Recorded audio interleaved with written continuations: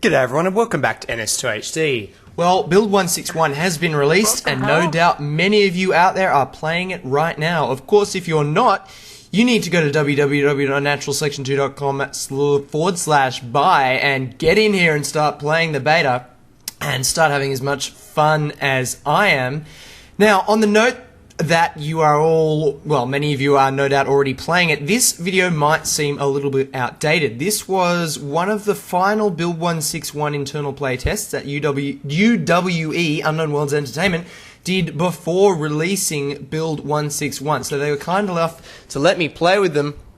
And I had so much fun that I thought I would post the entire game. And the thing about posting the entire game is that it's 53 minutes long. I think my vocal cords just jumped out of my mouth and said they were quitting and they weren't going to play because they don't want to do 53 minutes of casting. Well, I'm going to do it. I'm going to cast all 53 minutes because I just had so much fun in this game. Now, a couple of things to note before I get this show on the road. As I note, I'm just going through the early game here. I'm just immediately building an armory, and I will probably drop a second command station very, very quickly. So, ignoring the early game now and continuing to talk about the game in general, it is an internal playtest that went out before Build 161 was released. Therefore, it will not be as polished as some of the Build 161 gameplay you will be able to see elsewhere.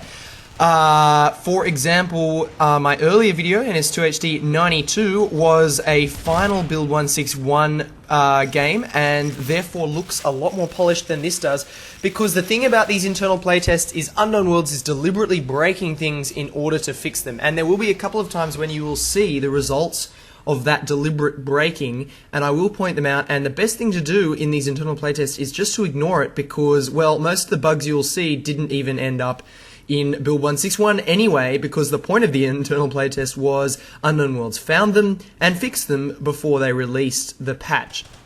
So, on to how I'm actually going to cast this 53-minute behemoth. Note, I have a Mac building up the second command station while my Marines are out in Tram Hub. And they've got the aliens pretty much distracted in there. I don't know if the aliens think we're pushing Tram Hub or something. Whatever, we're actually getting a fast expansion. So, we're pretty sweet right now. There's no skulk harassing it. It's pretty good.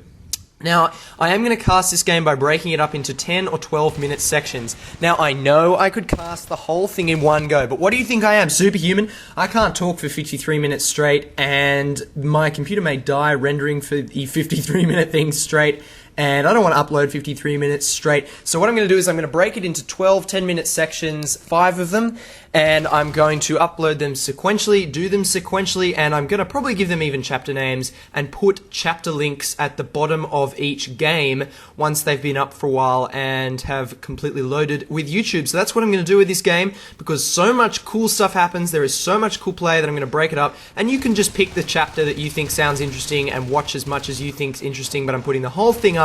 So if you want to watch the whole thing, you can, and if you just want to watch a chapter called Tram Hub Push, you can. Now, these two Marines, I am spamming medpacks as fast as I can. Notice I'm using my mouse. I was doing that because I wanted to make it clear to you, my viewers, what I was doing. I will switch up to using hotkeys later in the game. Unfortunately, I think both of them are going to go down because there are 3 skulks in that room. That is called Tram Repair.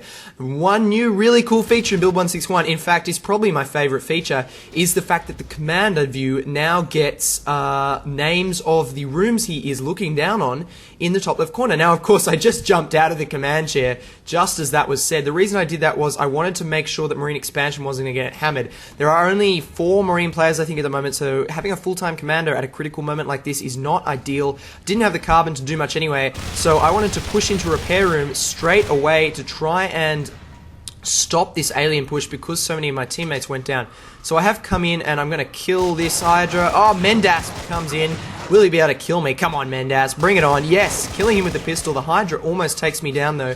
Reloading the pistol, and I think I'll be able to take down this Hydra quite easily. Pistol, highly effective against Hydras. If my accuracy wasn't so off, it actually kills them a lot faster if you properly aim at the base. I was being a little bit hectic there, and that wasn't too good. Running backwards to reload because, well, I had low health and I had no ammunition.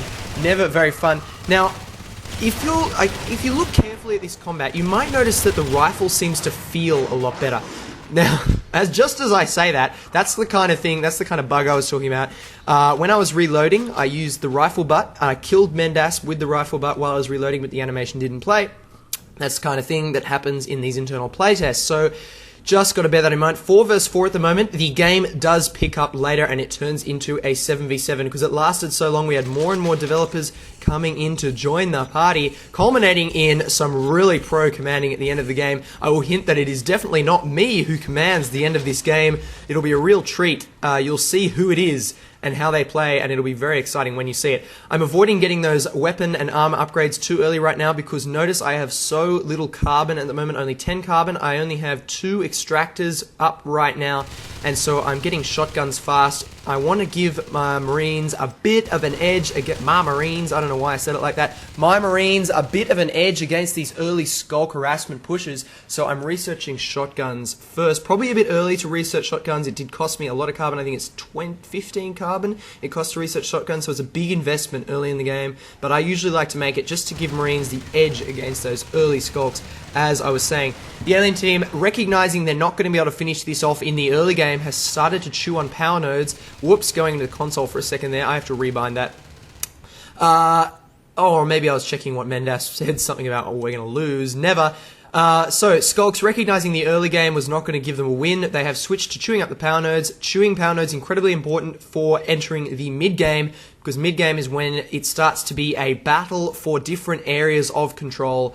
You'll see big battles for Tram Hub, Repair Room, and the, well, I'm not going to give too much more away. I won't say any more. Getting a Mac to build a second extractor in Tram Hub. No, sorry, Tram Repair. Notice the top left corner of the screen. This is what I'm talking about. It says Marine Start there. That is so invaluable for a Marine commander. I cannot overstate how good that improvement is, how much better it made commanding. Like, I could rave on for hours about that. Luckily for me, I've got 53 minutes to rave on about it. It means you don't have to remember the names. And while if you're a decent commander, you will, it's just, you don't want to get it wrong, because if you say, I need 3 Marines to go to observation deck right now, you can just say that, and you know you're not getting the room wrong. You know that they've got the same room identifiers at the top of their screen. So they can say, right now, I say, we've got combat in Tram Hub. I need people to go to Tram Hub. We've got a Fade and 2 Skulks tearing up a Marine in there, get in there and help him. And it's just not, I know I'm not getting it wrong. So I love that addition.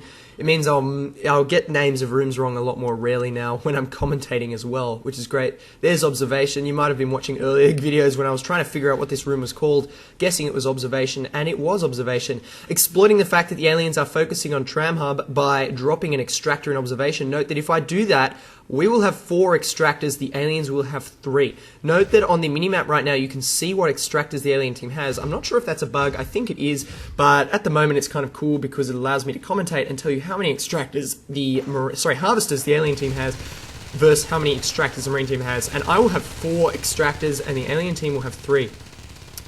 Now, carbon, as I've mentioned in NS2HD 92, the sentry guns now cost carbon, and a byproduct of that is you usually find you have more plasma to use on med packs and ammo packs, which is the kind of thing you really want to be spending plasma on. So you'll see a lot of that during this game. There'll be a lot of med pack and ammo pack spam going down. When I say spam, I don't mean it in a spammy bad way, I mean it in a good way, and I'll go into detail with what's going on with that later on.